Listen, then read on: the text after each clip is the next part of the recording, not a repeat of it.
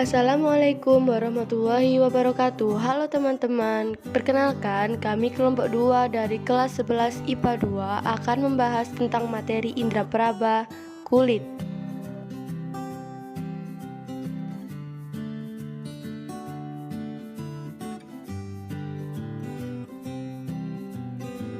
Langsung aja kita ke pengertian indra peraba. Indra peraba adalah satu dari 5 panca indera manusia yang membuat kita bisa merasakan sesuatu yang kasar, halus, panas, dan juga dingin dari permukaan benda melalui bagian tubuh manusia, yaitu kulit. Kulit merupakan organ terluar dari tubuh yang melapisi seluruh tubuh manusia. Kulit manusia sendiri bisa merasakan segala jenis ragam tekanan, tekstur, rasa sakit, suhu, dan juga suatu gerakan. Nah, fungsi indra peraba itu apa aja ya? Oke, kita akan menjelaskan tentang fungsi indra peraba. 1. Pelindung tubuh, melindungi dari dampak dan tekanan mekanis, variasi suhu, mikroorganisme, radiasi, dan bahan kimia. 2. Indra peraba, kemampuan kulit untuk mengenal rasa panas, dingin, halus, dan kasar, dan lainnya. 3. Alat pembuangan atau ekskresi, kelenjar kulit yang berperan untuk mengeluarkan zat-zat yang tidak diperlukan tubuh. 4. Mengatur suhu tubuh, kulit akan mengusahakan supaya suhu tubuh tidak berubah meski sedang terjadi perubahan suhu di lingkungan sekitar. 5. Sebagai organ regulasi, mengatur beberapa aspek fisiologi seperti mengatur suhu tubuh melalui keringat dan rambut kulit. Kita lanjut ke struktur kulit atau struktur dari bagian indra peraba. Struktur bagian dari indra peraba terdiri dari beberapa bagian, yakni epidermis, dermis, dan hipodermis. Epidermis merupakan beberapa macam lapisan kulit manusia terluar yang dinamakan kulit ari, yakni lapisan kulit yang tahan terhadap air dengan ketebalan berbeda-beda disesuaikan dengan fungsinya. Lalu apa itu fungsi epidermis? 1. Untuk memberikan warna kulit. 2. Untuk memberikan ketahanan mekanis tubuh.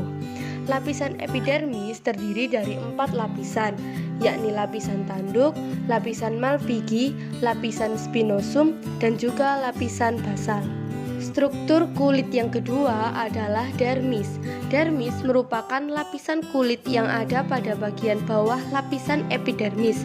Lapisan ini lebih tebal dibandingkan lapisan epidermis, yakni sekitar 2,5 mm yang terdiri dari 3 bagian, yakni fibrolas, makrofag, dan adiposit.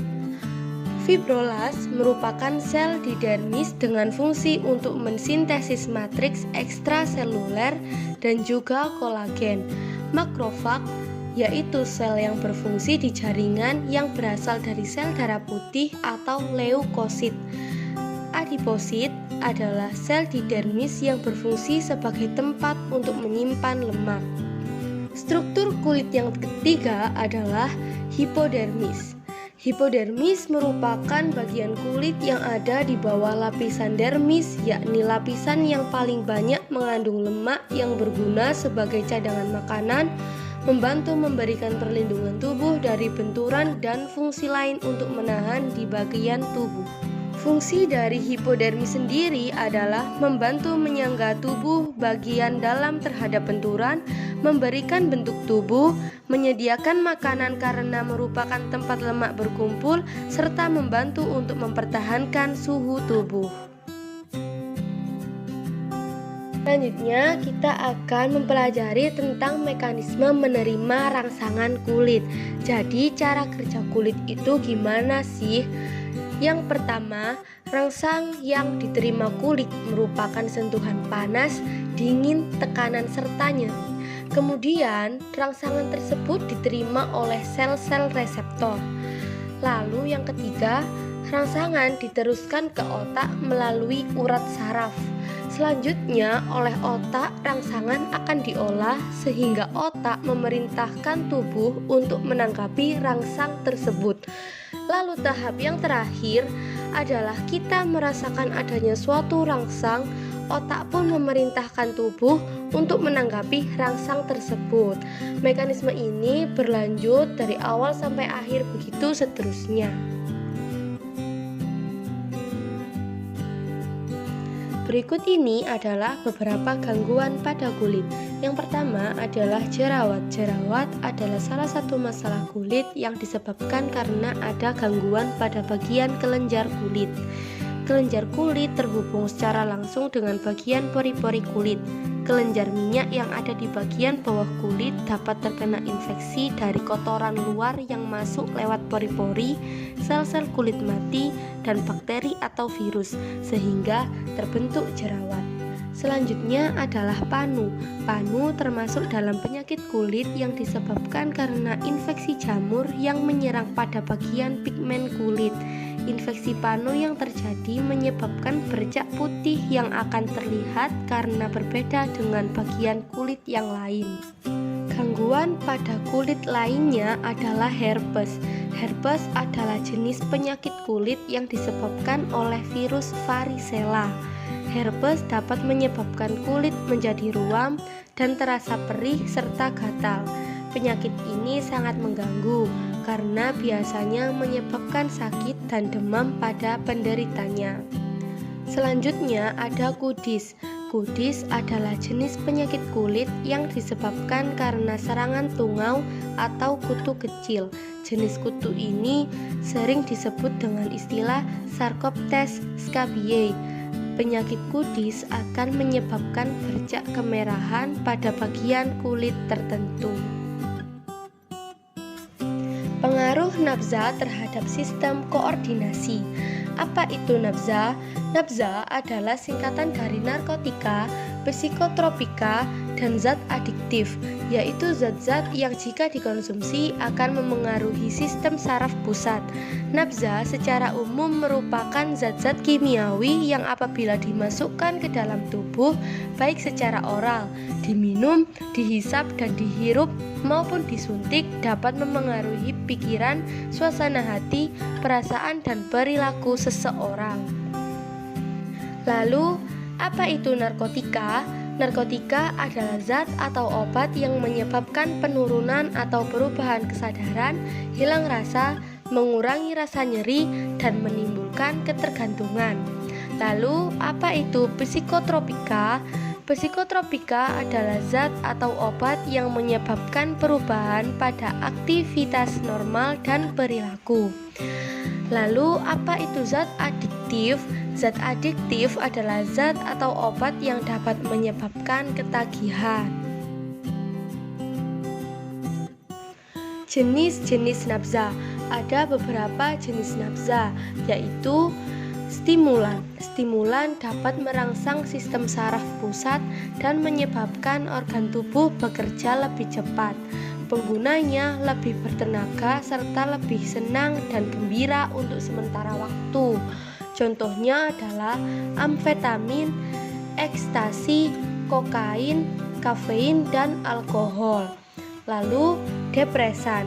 Depresan merupakan jenis nafza yang menekan atau mengurangi kerja sistem saraf sehingga menurunkan aktivitas pemakainya menjadi lambat atau tertidur. Contoh, opiat, barbiturat, alkohol, dan ganja. Yang ketiga adalah halusinogen. Halusinogen adalah jenis nafza yang mengacaukan sistem saraf pusat, memberi pengaruh halusinasi berlebihan dan khawatir berlebihan. Contohnya adalah ganja, bunga kecubung, lem, bensin, dan jamur kotoran sapi. Lalu ada morfin. Morfin adalah alkaloid analgesik kuat yang ditemukan pada tanaman opium. Lalu ada ganja. Ganja adalah tumbuhan budidaya yang menghasilkan serat dan kandungan zat narkotika pada bijinya. Narkotika jenis ini dapat membuat pemakainya mengalami euforia, yaitu rasa senang berkepanjangan tanpa sebab. Yang terakhir adalah LSD, jenis narkoba yang tergolong halusinogen. Biasanya terbentuk lembaran kertas kecil, kapsul atau pil. Selain yang disebutkan di atas, ada beberapa lagi jenis nafza. Mengonsumsi nafza tentu saja akan memiliki dampak terhadap tubuh kita. Salah satunya adalah dampak buruk penyalahgunaan nafza. Apa saja dampak buruk penyalahgunaan nafza? Yang pertama adalah gangguan fisik. Jumlah zat yang sama tidak mampu menghasilkan rasa atau akibat yang sama. Gejala berhenti menggunakan obat, rasa sakit di sekujur tubuh, mengacaukan denyut nadi jantung dan paru-paru. Yang kedua adalah psikologis. Kemampuan berpikir rasional menurun drastis. Ketergantungan psikologis, gangguan mental dan emosional. Yang ketiga adalah ekonomi. Butuh biaya besar untuk memenuhi ketergantungan terhadap obat-obatan. Kerugian dalam berbagai aspek seperti aspek keamanan, biaya kesehatan, dan kesehatan pendidikan. Yang keempat adalah sosial.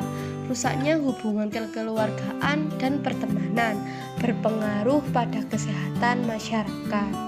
Lalu apa saja kiat-kiat menghindari penyalahgunaan nafza?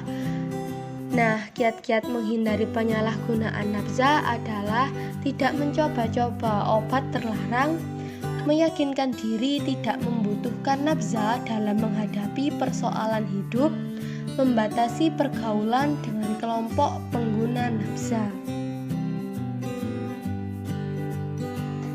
Nah, itu tadi beberapa penjelasan tentang indera peraba kulit dan sedikit mengenai nafza.